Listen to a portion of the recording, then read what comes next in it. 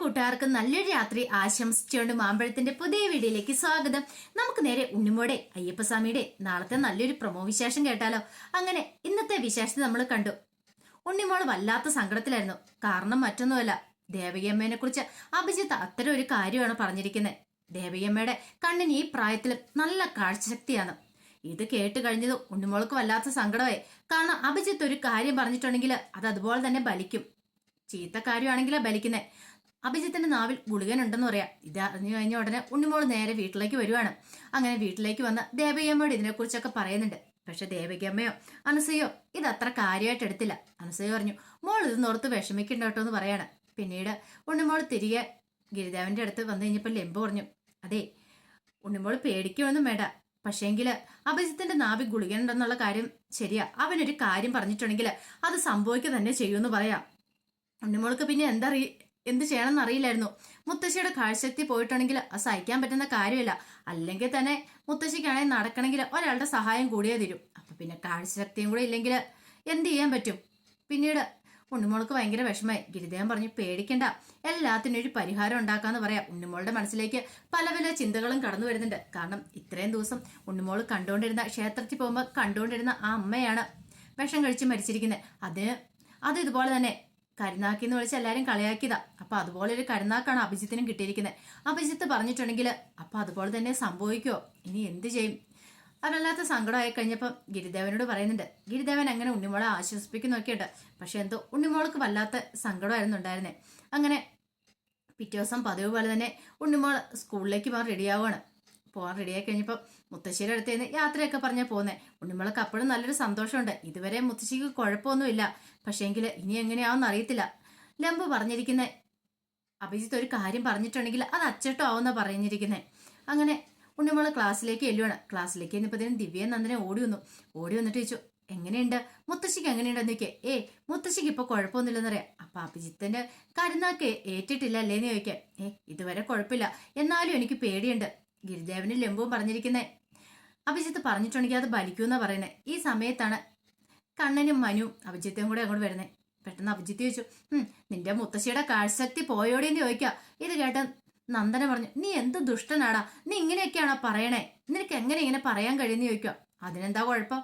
ഞാൻ പറഞ്ഞാൽ എന്താ കുഴപ്പമെന്ന് ചോദിക്കാം. ദിവ്യ പറഞ്ഞു, ഇങ്ങനെയാണെങ്കിൽ മിക്കവാറും നാട്ടുകാർ തന്നെ നിന്നെ തല്ലിക്കൊല്ലും തോന്നേ. കണ്ടില്ലേ ഒരമ്മ, ആ അമ്മ എല്ലാരും കരുനാക്കിന്ന് വിളിച്ച് കളിയാക്കിയിട്ട് അവസാനം ആ അമ്മ പോയി ആത്മഹത്യ ചെയ്ത് കണ്ടില്ലേന്ന് ചോദിക്കാം. ഇതേ നീ ഇങ്ങനെ ആൾക്കാരോട് പറഞ്ഞിട്ടുണ്ടെങ്കിൽ എല്ലാരും നിന്നെ ചീത്ത പറയും. പിന്നെ ആരും നിന്നെ വീട്ടിൽ പോലും കേട്ടില്ല എന്ന് പറയാം. പെട്ടെന്ന് അഭിജിത്ത് പറഞ്ഞു, പിന്നെ എന്നെ കേട്ടില്ല പോലും. അതുകൊണ്ട് ഞാൻ പറഞ്ഞിട്ട് ഇവളുടെ മുത്തശ്ശിക്കൊന്നും പറ്റിയില്ലോ എന്ന് പറയാം.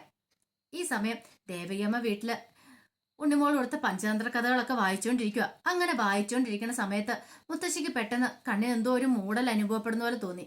മുത്തശ്ശി ഒന്നുകൂടെ കണ്ണൊന്ന് തിരുമ്പി നോക്കി. ഇല്ല, കാണാൻ പറ്റുന്നില്ല. പിന്നീട് മുത്തശ്ശിക്ക് മനസ്സിലായി തന്റെ കാഴ്ചശക്തിക്ക് എന്തോ ഒരു മങ്ങലേറ്റിരിക്കുന്നു. നോക്കിക്കഴിഞ്ഞപ്പോ ഒന്നും കാണാൻ പറ്റുന്നില്ല, മൊത്തം ഒരു അന്ധത മാത്രമാണ്. പെട്ടെന്ന് അനസൂയനെ വിളിച്ചു. അനസൂയ ഓടി വന്നു. എന്താമ്മേ, എന്താ കാര്യം? മോളെ, എനിക്ക് കണ്ണ് കാണാൻ പറ്റുന്നില്ലെന്ന് പറയണം. അമ്മ ശരിക്കും ഒന്നുകൂടെ നോക്കിയേ, വല്ല കണ്ണി വല്ല പൊടിയോ എന്തെങ്കിലും പോയിട്ടുണ്ടോ? ഇല്ല മോളെ, അങ്ങനെയൊന്നും സംഭവിച്ചിട്ടില്ല. എനിക്ക് തോന്നുന്നത് ഇനി ഉണ്ണിമോള് പറഞ്ഞ പോലെ തന്നെ ആ ചെറുക്കൻ പറഞ്ഞിട്ടാണോ എന്റെ കണ്ണിന്റെ കാഴ്ചശക്തി പോയത്. അപ്പോഴാണ് അനസൂയ അതിനെക്കുറിച്ച് ആലോചിച്ചത്. എന്റെ അയ്യപ്പസ്വാമി ഇനിയിപ്പൊ എന്ത് ചെയ്യും എന്ന് ചോദിക്കണം. എനിക്കറിയത്തില്ല. അനസൂയക്കും എല്ലാവർക്കും വെപ്രാളായി. പെട്ടെന്ന് അനസൂയ വിനോദിനെ വിളിക്കുകയാണ്. വിനോദിനെ വിളിച്ച് കാര്യങ്ങൾ പറയണം. പിന്നീട് വിനോദ് അങ്ങോട്ട് വരിക. ഈ സമയം ഉണ്ണിമോള് ഇതൊന്നും അറിഞ്ഞിട്ടുണ്ടായിരുന്നില്ല. ഉണ്ണിമോള് വൈകുന്നേരം സ്കൂൾ വിട്ട് വീട്ടിലേക്ക് വരുവാണ്. അങ്ങനെ വീട്ടിലേക്ക് വന്നു കഴിയുമ്പോഴാണ് മുത്തശ്ശിയുടെ കഥകളൊക്കെ അറിയുന്നത്. മുത്തശ്ശിക്ക് കണ്ണ് കാണാൻ പറ്റുന്നത്. ഇത് അറിഞ്ഞ ഉടനെ ഓടിച്ചെന്ന് മുത്തശ്ശിനെ കെട്ടിപ്പിടിക്കുകയാണ്. മുത്തശ്ശിന്നും പറഞ്ഞിട്ട്, ഞാൻ പറഞ്ഞല്ലേ മുത്തശ്ശി. അഭിജിത്ത് അങ്ങനെ പറഞ്ഞു കഴിഞ്ഞപ്പോ മുത്തശ്ശി പറഞ്ഞു, എനിക്കറിയില്ലായിരുന്നു മോളെ. അവൻ പറഞ്ഞിട്ടുണ്ടെങ്കിൽ ഇങ്ങനെ എന്റെ കാഴ്ചശക്തി പോകുന്ന എനിക്കറിയില്ലായിരുന്നു. ഇപ്പോഴെനിക്ക് മനസ്സിലായി. എന്റെ അയ്യപ്പസ്വാമി, ഈ വയസ്സനം കാലത്ത് ഇനിയിപ്പം ഞാൻ എന്ത് ചെയ്യാനാ? ആരുടെയെങ്കിലും പരസഹായം ഇല്ലാതെ എനിക്ക് എഴുന്നേറ്റ് നടക്കാൻ പോലും പറ്റാത്ത അവസ്ഥയാ.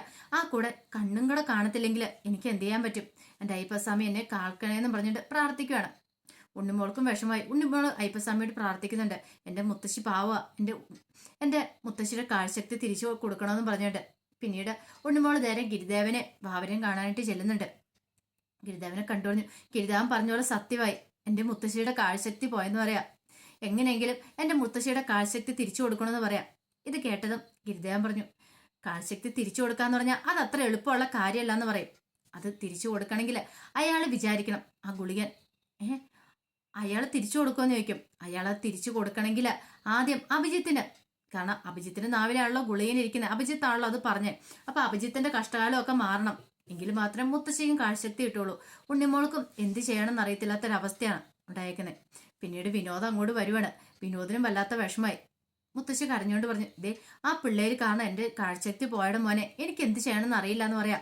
അമ്മ വിഷമിക്കാതെ നമുക്ക് ഒരു കാര്യം ചെയ്യാം, ഡോക്ടർ ഒന്ന് കൊണ്ടേ കാണിക്കാന്ന് പറയണം. അങ്ങനെ അനസയും വിനോദവും എല്ലാരും ചെന്ന് മുത്തശ്ശനെ ഹോസ്പിറ്റലിലേക്ക് കൊണ്ടുവരുന്നുണ്ട്. പക്ഷേങ്കിൽ അവര് പരിശോധിച്ച് നോക്കിയിട്ട് അവർക്കൊന്നും കണ്ടെത്താനായിട്ട് കഴിഞ്ഞില്ല. അവസാനം അവർ കണ്ണിലൊഴിക്കാനും കുറച്ച് മരുന്നെല്ലാം കൊടുത്തു വിട്ടു. പക്ഷെ മുത്തശ്ശിക്ക് കാഴ്ചശക്തി മാത്രം കിട്ടിയില്ല. മുത്തശ്ശി വല്ലാത്ത സങ്കടവും കരച്ചിലും ഇത് കണ്ടിട്ട് ഉണ്ണിമോൾക്ക് സഹിക്കുന്നുണ്ടായിരുന്നില്ല. പിന്നീട് ഗിരിദേവനും വാവയും കൂടെ നേരെ ആ വീട്ടിലുള്ള അയാളെ കാണാനായിട്ട് പോവാണ്. ഈ ഗുളികനെ ഉപവസിക്കുന്ന അയാളെ കാണാനായിട്ട് പോവാണ്. അങ്ങനെ അവരും കൂടി ചെല്ലുമ്പോഴാണ് അയാൾ ഇങ്ങോട്ട് നടന്നു വരുന്നത്. പെട്ടെന്ന് ഗിരിദേവനും വാവരും അയാളുടെ മുന്നിലേക്ക് അങ്ങോട്ട് കയറി നിന്നു. പെട്ടെന്ന് അയാൾ ചോദിച്ചു, എന്താ എന്റെ വഴി മുടക്കി നിൽക്കുന്നതെന്ന് ചോദിക്കും. പെട്ടെന്ന് ഗിരിദേവൻ പറഞ്ഞു, നിങ്ങളൊന്ന് കാണാൻ വേണ്ടി ഞാൻ വന്നാന്ന് പറയും. എന്നെ കാണാനോ? എന്നെ കണ്ടില്ലേ, പിന്നെന്താ കുഴപ്പം, എന്റെ വഴിയിൽ നിന്ന് മാറി നിൽക്കാൻ പറയണം. ഇത് കേട്ടതും ഗിരിദേവൻ പറഞ്ഞു, അങ്ങനെ ഞങ്ങൾ വഴിയിൽ നിന്ന് മാറാനായിട്ട് ഉദ്ദേശിച്ചിട്ടില്ല. ഞങ്ങൾ വഴിയിൽ നിന്ന് മാറണമെങ്കിൽ ഞങ്ങൾ ഒന്ന് രണ്ട് നിബന്ധനകളൊക്കെ ഉണ്ടെന്ന് പറയാം. ഇത് കേട്ടപ്പം പെട്ടെന്ന് തന്നെ അയാൾ പറഞ്ഞു, ഓഹോ അങ്ങനെയാണോ, ആ ഒരു കാര്യം ചെയ്യാം, അന്നെങ്കിൽ ഇതിനുള്ള വഴി ഞാൻ തന്നെ കണ്ടെത്താന്ന് പറയാണ്. പെട്ടെന്ന് ഗിരിദേവൻ ചോദിച്ചു, അല്ല നിങ്ങൾ എന്ത് വഴി കണ്ടെത്തുന്ന, അതെന്താന്ന് ഞാൻ കാണിച്ചു തരാന്ന് പറയാം. പെട്ടെന്ന് അയാൾ എന്ത് ചെയ്യണം, അയാൾ ഇങ്ങനെ ഒന്ന് കണ്ണടച്ച് പ്രാർത്ഥിച്ചു കഴിഞ്ഞപ്പോഴത്തേനും അടുത്തേക്ക് ഗുളികൻ ഇങ്ങനെ വരുവാണ്. ഗുളികനെ കണ്ടു കഴിഞ്ഞാൽ ഇവര് ഭയക്കുന്ന അയാൾ ഓർത്തെ. പക്ഷെ ഇവർക്ക് വല്ല ഭയമുണ്ടോ? കാരണം അയ്യപ്പനും വാവരുവാ നിൽക്കുന്നത്. ഈ സമയം അയാൾ പറഞ്ഞു, നിങ്ങൾ എന്തിനാ വന്നേ എന്നൊക്കെ എനിക്ക് മനസ്സിലായി. കാരണം ആ കുട്ടികള് അവന്റെ നാവിന്ന് ആ ഗുളികനെ മാറ്റണം, അതല്ലേ നിങ്ങളുടെ ആവശ്യം. പക്ഷെ ഞാൻ പറഞ്ഞിട്ടുണ്ട്, അവര് വന്നെൻ്റെ അടുത്ത് മാപ്പ് പറയണമെന്ന് പറഞ്ഞ, പക്ഷെ അവന്റെ അഹങ്കാരം കൊണ്ട് അവൻ എൻ്റെ അടുത്തൊന്നും മാപ്പ് പറഞ്ഞില്ല. അതുകൊണ്ട് ഇനി ഒരിക്കലും അവന്റെ നാവിൽ നിന്ന് ഗുളികൻ പോയില്ല എന്ന് പറയാം. ഈ സമയത്ത് ഗുളികൻ അവന്റെ ഗിരിദേവന്റെ ഒക്കെ മുന്നിൽ നിൽക്കുന്നുണ്ടായിരുന്നു. പെട്ടെന്ന് ഗിരിദേവൻ എന്ത് ചെയ്യാണ്, തന്റെ വിശ്വരൂപം അങ്ങോട്ട് കാണിക്കുകയാണ്. സാക്ഷാൽ അയ്യപ്പസ്വാമിയുടെ രൂപം. ഈ രൂപം കണ്ടത് ഒരു നിമിഷം ഗുളികനെ ഉപവസിക്കുന്ന അയാൾ ഒരു നിമിഷം ഞെട്ടിത്തരിച്ചു പോവാ. അവർ ഇത്രയും പ്രതീക്ഷിച്ചില്ല. ഈ കുട്ടികള് അയ്യപ്പനും പാവരും എന്നുള്ള കാര്യം അയാൾക്ക് അറിയത്തില്ലായിരുന്നു. അയാൾ പെട്ടെന്ന് തൊഴുകൈയോടെ അയ്യപ്പസ്വാമിയുടെ മുന്നിൽ നിൽക്കുകയാണ്. അപ്പൊ അതിന്റെ വിശേഷങ്ങളൊക്കെ കാണാൻ പോകുന്നത്. ഇനിയിപ്പം എന്തെങ്കിലും ഒരു മാർഗം പറഞ്ഞു കൊടുക്കും. കാരണം അവന്റെ നാവിൽ നിന്ന് ഗുളികൻ പോണെങ്കിൽ എന്തെങ്കിലും ഒരു പ്രായച്ചിത്തം ചെയ്യണമായിരിക്കും. അങ്ങനെ പ്രായച്ചിത്തം ചെയ്താൽ മാത്രമേ അഭിജിത്തിനെ രക്ഷിക്കാൻ പറ്റുള്ളായിരിക്കും. പക്ഷെ അഭിജിത്ത് കുറേം കൂടെ അനുഭവിക്കാനുണ്ടെന്ന് പറഞ്ഞ് അങ്ങനെ അവന് അനുഭവിച്ച് തീരാതെ ഒരു കാരണവശാലും അവന്റെ നാവിൽ നിന്ന് ഗുളികൻ പോകത്തില്ല. പക്ഷെ ദേവികമ്മയുടെ കാഴ്ചശക്തി തിരിച്ചു കിട്ടണം. ദേവികമ്മയുടെ കാഴ്ചശക്തി തിരിച്ചു കിട്ടണമെങ്കിൽ എന്തെങ്കിലും ഒരു കാര്യം അയാൾ പറഞ്ഞു കൊടുക്കണം. എങ്കിൽ മാത്രമേ ദേവികമ്മയുടെ കാഴ്ചശക്തി തിരിച്ചു കിട്ടുള്ളൂ. അത് ഉണ്ണിമോളെ കൊണ്ടായിരിക്കും ഗിരിദേവൻ സാധിപ്പിക്കാൻ പോകുന്നത്. അപ്പൊ അതിന്റെ വിശേഷങ്ങളെ കാണാൻ പോകുന്നത്. ആ വിശേഷങ്ങളൊക്കെ നമുക്ക് എല്ലാവർക്കും കാത്തിരിക്കാം കേട്ടോ. ഒരിക്കൽ കൂടി എല്ലാവർക്കും നല്ലൊരു രാത്രി ആശംസിച്ചുകൊണ്ട് നിർത്തുന്നു. നന്ദി.